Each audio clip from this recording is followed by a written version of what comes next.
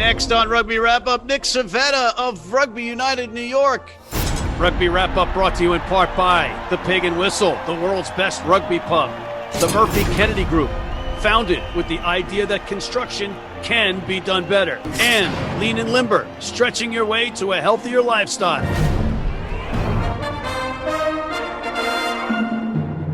Hey everybody, and welcome back to Rugby Wrap-Up. Matt McCarthy in New York City, joined by Stephen Lewis, the general manager of Rugby United New York on the Upper West Side, as well as yours truly, Mr. Bryan Ray, faffing about in Nova Scotia, and Dan Power in New Jersey, it looks like. Yeah, if he's not, he belongs there.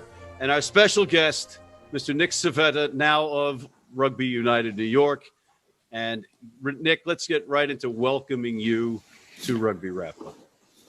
Oh, well, it's an honor to be here speaking to such legends. You're almost speechless. I mean, I'm almost speechless. You're happy to answer whatever oddball questions you might have. Yeah. Well, Steve is dressed for the occasion. He knew that you were going to be on, and he wanted to welcome you. Yeah. I figured we'd just go right into the first question, Nick. Oxford, Jersey City, same thing, right? More or less. I mean, pretty much doing my Oxford education from Jersey City now. So, yeah, different lifestyles. I mean, we have my partner is in Oxford at the moment, unfortunately, because of COVID. So, constantly on the phone with Oxford. But yeah, the vibe is different. This is well, Jersey City is not home for me, but this is an hour from where I grew up, and it's great to be back, seeing my parents as well, which is amazing, having them getting to see me play. So yeah, it's pretty cool. I've loved I guess I've been here for a couple of weeks now, but I've loved every minute of it. 2 games into your MLR career now, what do you think of the standard? Has it met your expectations, or how do you feel so far? I mean, rugby's hard. Doesn't matter where you play it. That's for sure. I've been really impressed with the standard of fitness is really, really good. American rugby is just a little bit different. I don't know how to describe it. It's certainly, I think, at the same level of the same standard as, say, the championship in the UK. But it's hard to compare like to like. I think everyone here is fitter, than say the championship. But there's definitely more structure to English rugby. Yeah, I mean. So you're saying they're fitter? I think the guys in this league. I mean, I would say this year potentially less so because of the shortened preseason because of COVID. But yeah, I think the emphasis on S&C and fitness in particular. I think you see it, like you're watching these games, like 80th minute guys are running around, and they seem no worse for wear. So I've been impressed with that side of things. But that's what you get with professional rugby is fit boys. And just structurally, I think it's just slightly different than the rugby I've played elsewhere. Don't know how to categorize it just yet. This was your MLR debut, right? Last week against. Yeah. It was. I mean, I trained with Rugby United New York. Yeah, I trained with Rooney 2 years ago before the World Cup, just sort of to stay in shape before we went into camp with the US. And the steps they've taken from then have been significant as a club. And it's been. I mean, I had this on my radar from the minute I got into Oxford. I knew that this is sort of would complement that well, and it's exactly what I wanted to do and exactly where I wanted to be. So it was a no-brainer. Did the tire pellets being traded out for sand on Randall's Island convince you not to sign with Rugby United New York at that point? Because I was out there when you were out there. Yeah, well, I think I'd been gone from New York for 8 years, and I think I left New York training on field 77 with Nyack, and I came back and there's professional rugby, and I'm right back to the same pitch now. Hey, mate, tell us why New York? Obviously, you were there with the AC back in 2013. You've played all over the world. Was it New York or nothing coming back to MLR? Did you have interest? I'm guessing every team would have been interested in signing you, but was it interesting going anywhere else, or was it always New York? I mean, it was always New York. It was always New York. I had interest up there. I've lived in a number of different places, and I can adapt easily to surroundings at this point. But in my mind, it was always that opportunity to play at home in front of friends and family.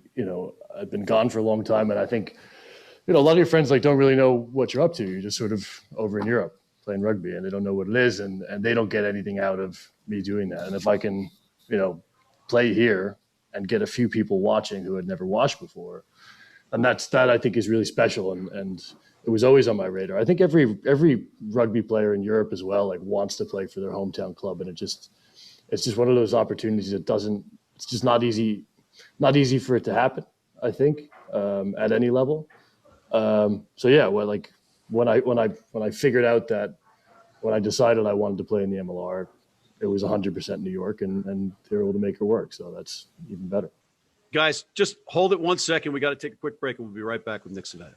If you're in New York City and want to watch some great rugby, have some great food, and some great times, go to the world's best rugby pub, the Pig and Whistle on West 36th Street.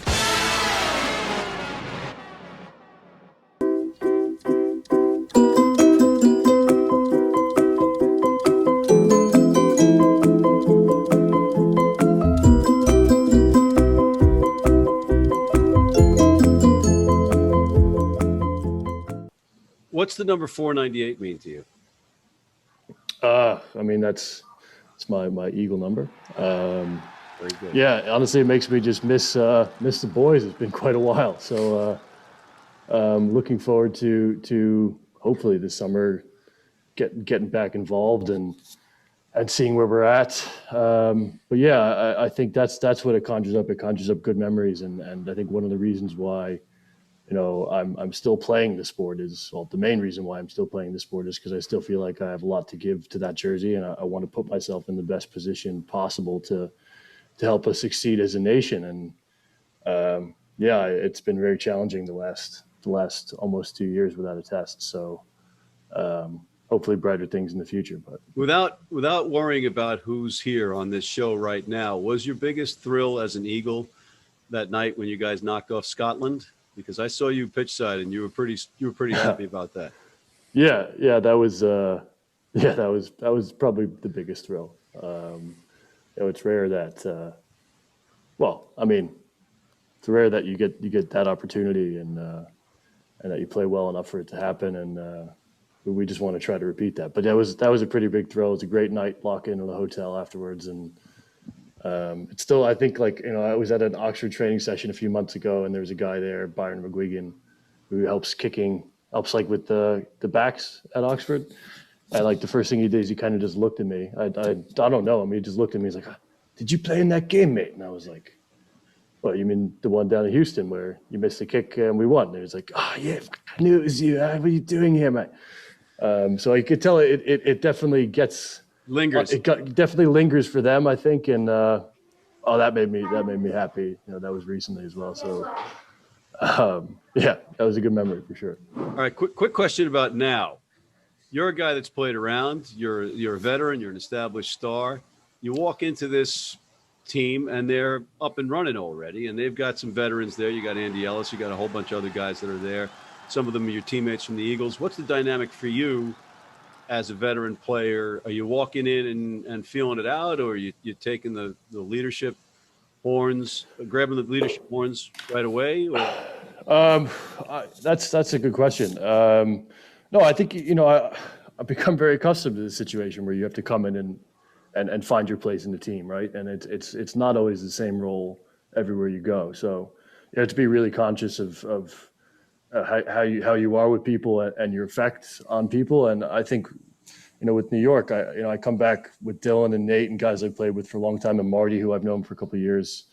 I think that there's a balance to strike between coming in too hot, and being too meek and passive. So I think I hope I balanced that well so far. Yeah, and I want to be a guy who plays for New York for a long time. So hopefully we'll develop into a leader of the team. And I think the squad we have as well with the American guys like Andy Ellis, I think it's that experience, it creates a really good player-driven leadership group, and it's been comfortable, I think, and hopefully it's been comfortable for everyone. The last time, we saw you in an Eagles jersey, you were just kind of making a miraculous recovery from that serious ankle injury, made it back for the World Cup. And now, it's been a long break. You're in your early 30s now. In a sense, has there been kind of a positive from this pandemic break where, guys like your age have had a long period to kind of recover, haven't had so much rugby, kind of rest your bodies? Do you think that is going to extend your career at all? I think it already has extended my career. Yeah, definitely. And that's the silver lining is, I didn't want to take 13 months out of professional rugby, but that's what happened. And definitely really helpful for my body and my mind. I think I was really enjoying playing in France, but, I basically went from the World Cup, ankle injury World Cup, straight to France, played 12 games in a row. And then the season got shut down. So at those waning games of the season 2020, I was like in a pretty dark place physically and mentally. And I was like, I needed a break. So it came at the right time. And, before last week, I felt like I was about 25. Now I'm straight back to feeling 31. All right. Off the pitch, you're an interesting guy. You're a Renaissance guy. Oh, Notre Dame. What was between Notre Dame and Oxford? Didn't you get an MBA? no, I got a master's at Berkeley in civil engineering. Just throw that one in there. Masters at Berkeley. So what drives you off the pitch? Because that's some pretty heady stuff.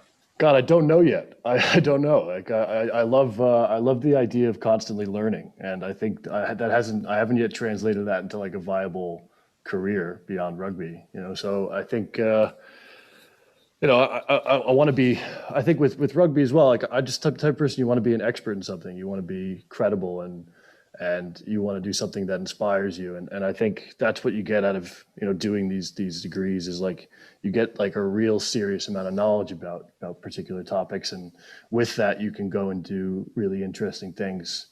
And now my focus academically and professionally will be in the energy sector. And that's something that fascinates me. And there's lots of interesting work to do, but, there's still the rugby side, which is, now is a big part of my life. So, again, I'm still trying to figure that out like everyone, I think. Dan, it's got to be a record or some kind of achievement. They've got to have the two smartest second rows in the league. And to play second row, you have to have something wrong with you anyway in your head because you're volunteering yourself a very difficult position, I would say. But Berkeley and Civetta, Cambridge and Oxford. This has got to be a record.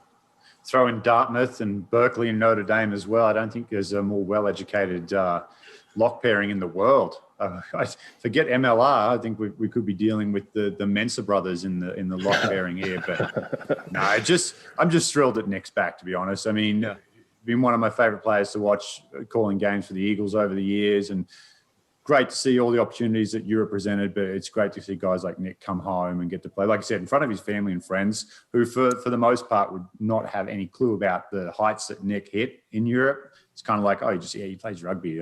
Is that the one with the sticks? No, it's no sticks. But now he gets to come home and show his friends and family. I think it's awesome, man.